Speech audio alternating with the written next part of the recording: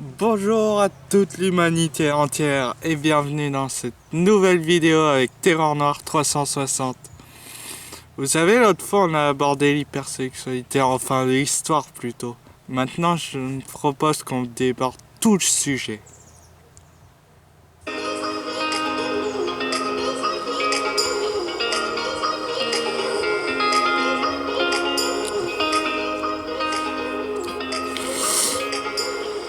L'hypersexualité, aussi appelée sexualité convulsive, est le comportement sexuel humain qui se traduit par une recherche continue et persistante de plaisir sexuel. Pour les hommes, l'hypersexuel est aussi appelé satyriasisme, de satire, créature de la mythologie grecque. Pour les femmes, l'hypersexualité est parfois appelée nymphomanie, sous les traits d'une jeune fille nue, et du mot grec mania, signifiant folie.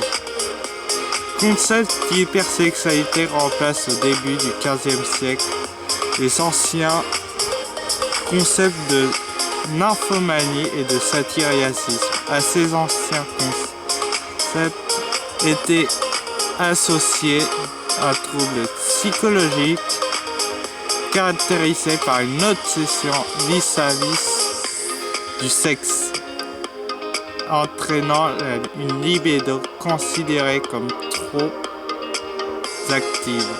La limite à partir de laquelle on parle d'hypersexualité est sujette de débat. Il est très difficile de définir un niveau normal de pulsion sexuelle. Certaines se contenter d'un rapport sexuel épisodique, d'autres ressentent le besoin quotidien, voire plus. Au début du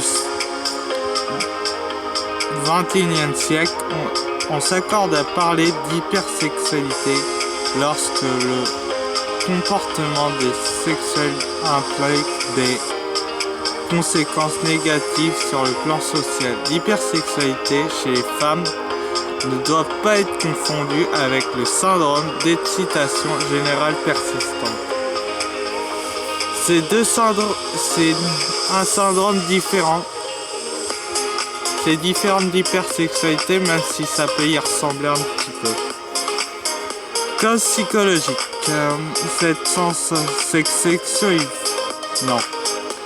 Il existe différentes théories sur la cause de l'hypersexualité. L'un des principales causes psychologiques pourrait être un manque d'amour, une forte carence, la dépression ou encore la phase maniaque de la bipolarité. Une cause neurologique est rare et n'est recherchée que si le sujet souffre d'hypersexualité brusquement alors qu'il était paisible jusqu'à là.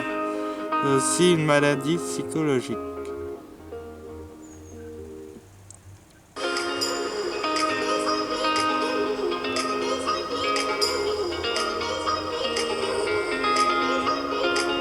Cause neurologique. Des dommages au système amygdale, cortex frontal peuvent provoquer cette atteinte qui peuvent donner lieu à des préoccupations sexuelles excessives, une désinhibition verbale, des comportements du sexe, sélection exagérée de l'exhibitionnisme, du voyeurisme ou encore des compulsions sexuelles.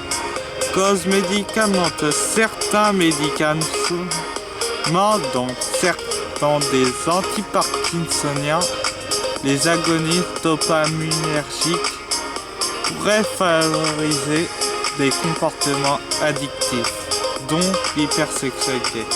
Sachez que il y a déjà des hommes qui sont tombés sous l'hypersexualité dû à un médicament parkinsonien, le Dopix, qui n'est plus autorisé de nos jours, alors qu'il soignait très bien.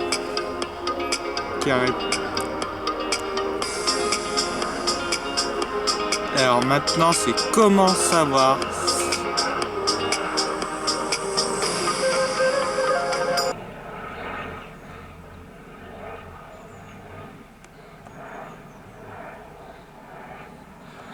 Maintenant, c'est comment savoir si je souffre d'hypersexualité. En ce qui concerne la sexualité, une chose est évidente, nous avons tous un appétit sexuel différent et notre approche de la sexualité varie beaucoup. Certaines personnes ont une grande libido et d'autres définissent plutôt leur libido comme modérée, voire faible. Les extrêmes ne sont jamais bons de l'absence de désir cruel. Le sexuel crée de nombreux problèmes au sein du couple, tout comme un désir excessif et incontrôlé connu sous le nom d'hypersexualité, un trouble qui peut détruire une relation.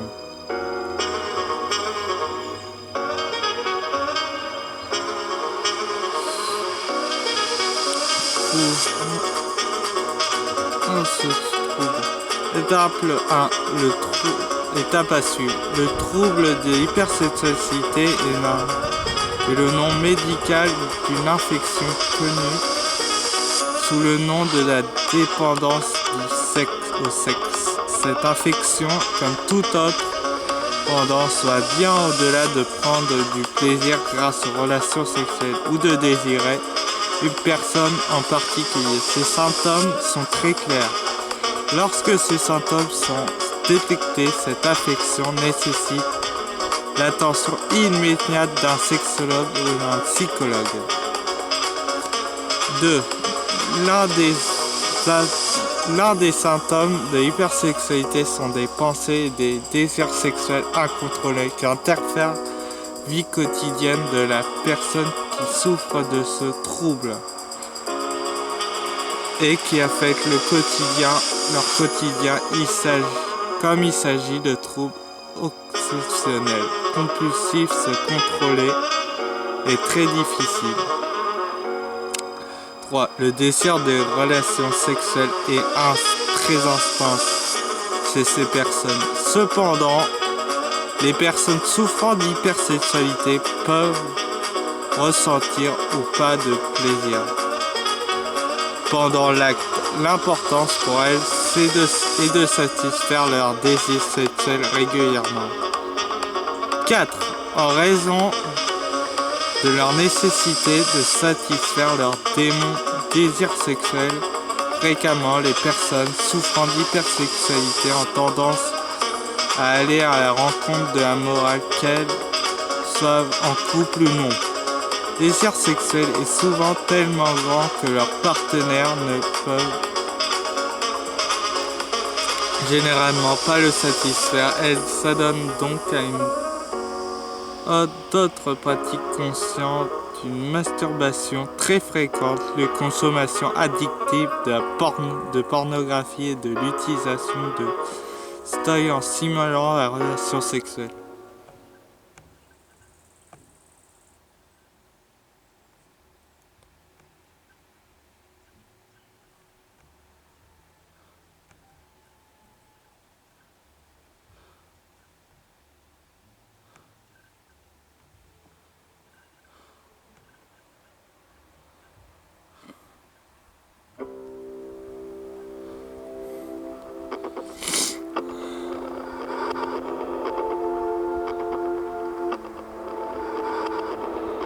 Pratique simulant la relation sexuelle. 5. Les problèmes hypersexuels utilisent souvent le sexe comme un moyen d'échapper à problèmes ou de combattre la dépression, l'anxiété. Aussi après l'acte, elles ont souvent un sentiment de culpabilité, car elles prennent la conscience que leur relation avec le sexe est malsaine. 6. Les personnes dépendantes au sexe ne sont pas des personnes qui aiment juste avoir des relations sexuelles. Ces personnes ont des raisons en raison de ce comportement une vie personnelle et professionnelle, de relations familiales, sociales et conjugales très difficiles. Comme toute dépendance, lorsque certains comportements affectent votre vie quotidienne, vous devez demander de l'aide et des conseils à un professionnel. Consultez un sexologue spécialisé pour qui vous aide à surmonter cette addiction et à vivre à nouveau une vie normale. Si vous souhaitez lire plus d'articles semblables, comment savoir si je souffre d'hypersexualité, nous vous recommandons de consulter la catégorie Amour.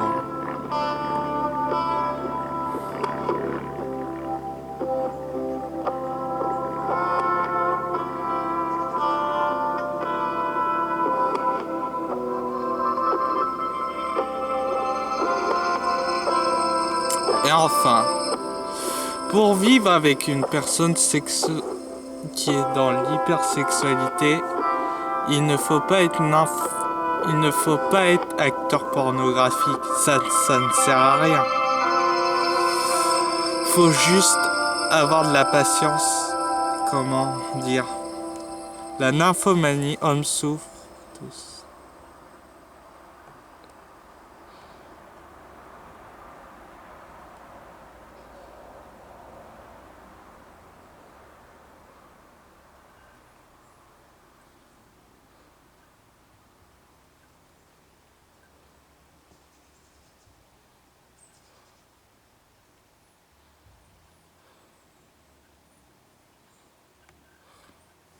Les nymphomanes hommes souffrent de satyriasisme.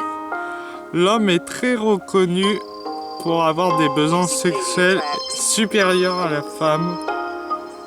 Il n'est pas pour autant nymphomane, d'autant que le terme ne s'applique que à la population féminine.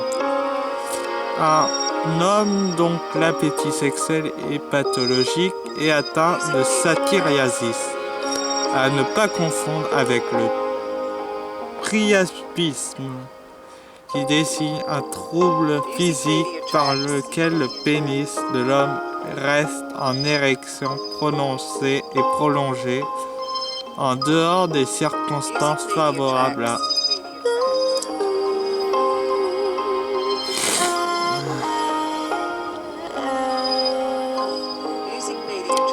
la nymphomanie, les traitements.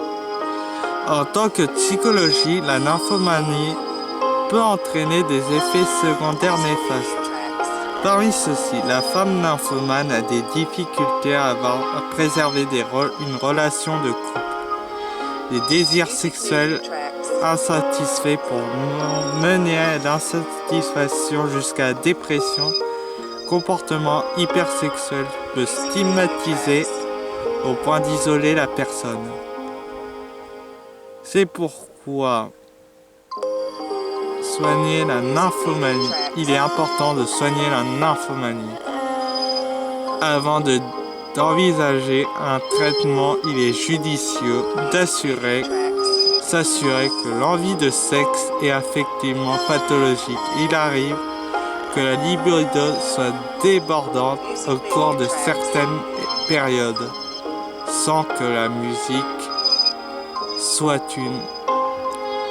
sans que ce soit une maladie. Il suffit dans ces circonstances d'assouvir ses besoins, tant que l'envie de sexe ne mène pas à la souffrance.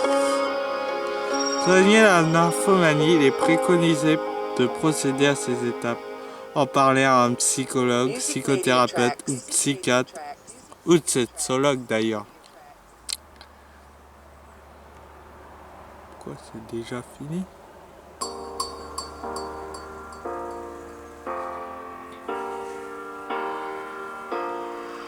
C'est un professionnel et à même de guider le patient vers la solution thérapeutique les mieux appropriées lorsque le suivi du psy ne suffit pas pour atténuer la souffrance. Personne d'un nymphomane personnes nymphomanes, d'autres thérapies alternatives peuvent aider, notamment peut-être essayer dans l'hypothèse où la nymphomane s'accompagne très hormonaux secondaires des médicaments peuvent être envisagés. Il est nécessaire pour cela de demander conseil à son médecin.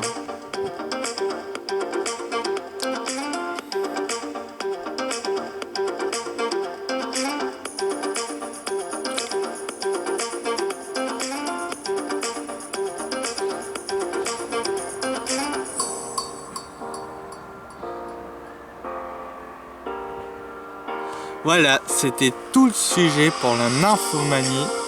Si ça vous a plu, laissez votre pouce bleu, abonnez-vous si ce n'est pas déjà fait. Je vous dis prochainement à très bientôt pour une nouvelle vidéo. C'était Terreur Noire 360. J'espère que cette vidéo vous aura plu. Allez, bye!